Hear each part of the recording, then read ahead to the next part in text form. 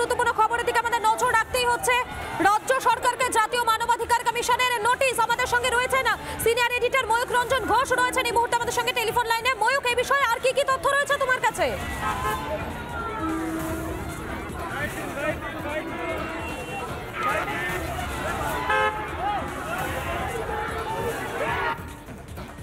ময়ূক, আমার কথা শোনা যাচ্ছে?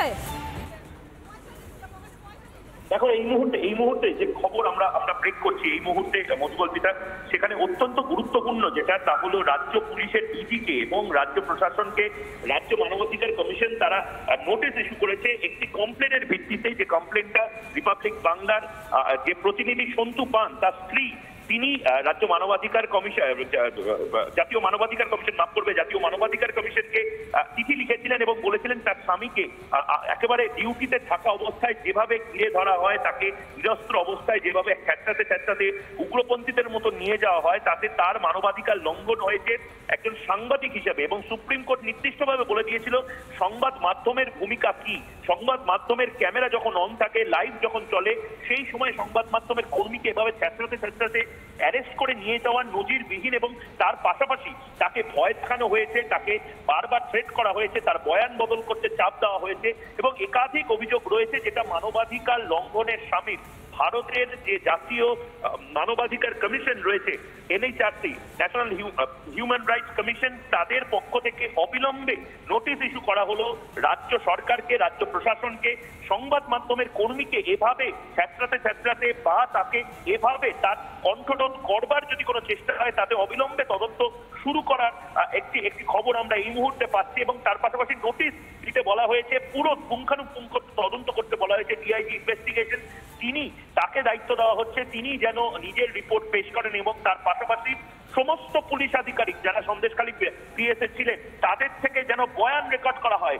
জাতীয় মানবাধিকার কমিশন এই মুহূর্তে রিপাবলিক বাংলার প্রতিনিধি সন্তু পানের যে অভিযোগ, সেই অভিযোগের ভিত্তিতে সন্তু পানের স্ত্রী, যখন সন্তু পান জেলে বা পুলিশ কাস্টাডিতে রয়েছে, তখন জাতীয় মানবাধিকার কমিশনকে একটি চিঠি তার স্ত্রী লেখেন এবং সেই চিঠিতে নির্দিষ্টভাবে তিনি জানান যে তার স্বামীকে যেভাবে টেলিভিশনে দেখতে পাওয়া যায় এবং রিপাবলিক বাংলাতে দেখতে পাওয়া যায়, সারা দেশের মিডিয়া পোর্টাল তারা দেখায় যে লাইভ চলাকালীন একজন সাংবাদিককে ভারতের যেভাবে টেনে হিচড়ে নিয়ে যাওয়া হয় সেটা নজিরবিহীন। এবং তার থেকেও বড় কথা, যেভাবে কোনো উগ্রপন্থী বা সমাজ বিরোধীর মতন তাকে ঘিরে ফেলা হয়, তার যে আনলফুল রিস্ট্রেনমেন্ট ইংলিশে বলা হয়, অর্থাৎ তাকে সে বাড়ি যেতে চাইছিল, সে বারবার বলছিল বাড়ি যেতে চাই, অফিসে যেতে চাই, তাকে অফিসে বা বাড়িতে না নিয়ে গিয়ে কার্যত কিডন্যাপ করে নিয়ে যাওয়ার মতন টেনে হিচড়ে থানাতে নিয়ে যাওয়া হয়। এবং মজার কথা হলো, থানাতে তাকে গ্রেফতারি দেখানো হয়, কিন্তু আসলে ক্যামেরার মধ্যে দেখা যায় একজন পুলিশ কর্মীকে, সে বলছে তাকে গ্রেফতার করা হচ্ছে। অর্থাৎ একাধিক অসঙ্গতি রয়েছে। ভারতের জাতীয় মানবাধিকার কমিশন তারা এই মুহূর্তে যে নোটিশ দিয়েছে সেইটা আরো বড় দিকে যেতে পারে। একেবারেই ধন্যবাদ। আমাদের সঙ্গে টেলিফোন লাইনে ছিলেন আমাদের সিনিয়র এডিটর ময়ূক রঞ্জন ঘোষ। রাজ্য সরকারকে জাতীয় মানবাধিকার কমিশনের নোটিশ। আরো একবার জানাবো, রাজ্য সরকারকে জাতীয় মানবাধিকার কমিশনের নোটিশ, রিপাবলিকের সাংবাদিককে গ্রেফতার নিয়ে নোটিশ। অত্যন্ত গুরুত্বপূর্ণ একটা আপডেট এই মুহূর্তে। রাজ্য সরকারকে জাতীয় মানবাধিকার কমিশনের নোটিশ, রিপাবলিকের সাংবাদিককে গ্রেফতার, সেই প্রসঙ্গে নোটিশ। আমরা আবারও সরাসরি সন্দেশখালী দিকে নজর রাখবো, সেখানে রাজ্যের বিরোধী দলনেতা তিনি রয়েছেন এই মুহূর্তে।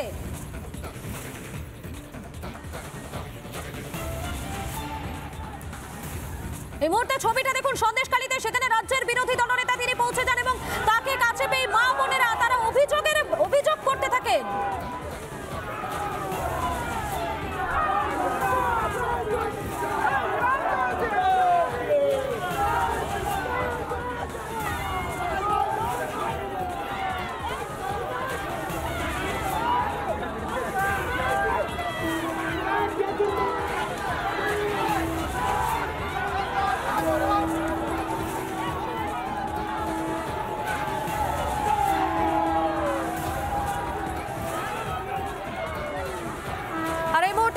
গুরুত্বপূর্ণ খবরের দিকে আমাদের নজর রাখতেই হচ্ছে।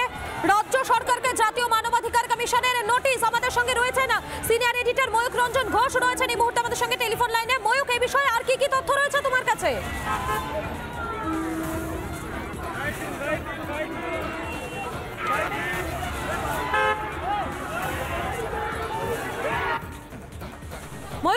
শোনা যাচ্ছে?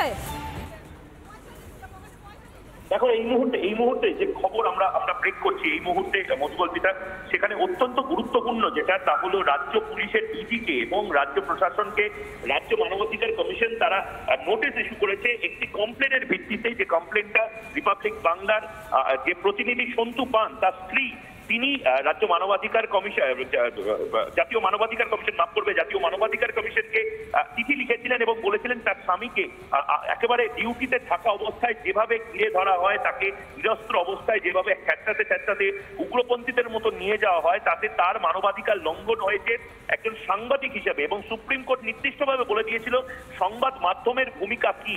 সংবাদ মাধ্যমের ক্যামেরা যখন অন থাকে, লাইভ যখন চলে, সেই সময় সংবাদ মাধ্যমের কর্মীকে এভাবে ছেঁচড়াতে অ্যারেস্ট করে নিয়ে যাওয়ার নজিরবিহীন। এবং তার পাশাপাশি তাকে ভয় দেখানো হয়েছে, তাকে বারবার থ্রেট করা হয়েছে, তার বয়ান বদল করতে চাপ দেওয়া হয়েছে এবং একাধিক অভিযোগ রয়েছে যেটা মানবাধিকার লঙ্ঘনের শামিল। ভারতের যে জাতীয় মানবাধিকার কমিশন রয়েছে NHRC, national human rights commission, তাদের পক্ষ থেকে অবিলম্বে নোটিশ ইস্যু করা হলো রাজ্য সরকারকে, রাজ্য প্রশাসনকে।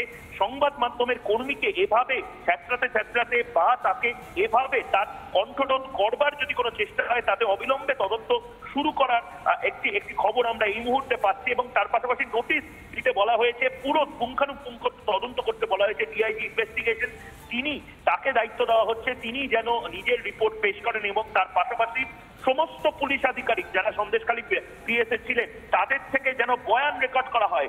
জাতীয় মানবাধিকার কমিশন এই মুহূর্তে রিপাবলিক বাংলার প্রতিনিধি সন্তু পানের যে অভিযোগ, সেই অভিযোগের ভিত্তিতে সন্তু পানের স্ত্রী, যখন সন্তু পান জেলে বা পুলিশ কাস্টাডিতে রয়েছে, তখন জাতীয় মানবাধিকার কমিশনকে একটি চিঠি তার স্ত্রী লেখেন এবং সেই চিঠিতে নির্দিষ্টভাবে তিনি জানান যে তার স্বামীকে যেভাবে টেলিভিশনে দেখতে পাওয়া যায় এবং রিপাবলিক বাংলাতে দেখতে পাওয়া যায়, সারা দেশের মিডিয়া পোর্টাল তারা দেখায় যে লাইভ চলাকালীন একজন সাংবাদিককে ভারতের যেভাবে টেনে হিঁচড়ে নিয়ে যাওয়া হয় সেটা নজিরবিহীন। এবং তার থেকেও বড় কথা, যেভাবে কোনো উগ্রপন্থী বা সমাজ বিরোধীর মতন তাকে ঘিরে ফেলা হয়, তার যে আনলফুল রিস্ট্রেনমেন্ট ইংলিশে বলা হয়, অর্থাৎ তাকে সে বাড়ি যেতে চাইছিল, সে বারবার বলছিল বাড়ি যেতে চাই, অফিসে যেতে চাই, তাকে অফিসে বা বাড়িতে না নিয়ে গিয়ে কার্যত কিডন্যাপ করে নিয়ে যাওয়ার মতন টেনে হিঁচড়ে থানাতে নিয়ে যাওয়া হয়। এবং মজার কথা হলো থানাতে তাকে গ্রেফতারি দেখানো হয়, কিন্তু আসলে ক্যামেরার মধ্যে দেখা যায় একজন পুলিশ কর্মীকে, সে বলছে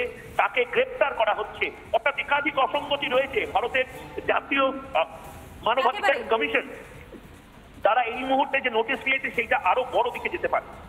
একেবারেই ধন্যবাদ। আমাদের সঙ্গে টেলিফোন লাইনে ছিলেন আমাদের সিনিয়র এডিটর ময়ূখ রঞ্জন ঘোষ।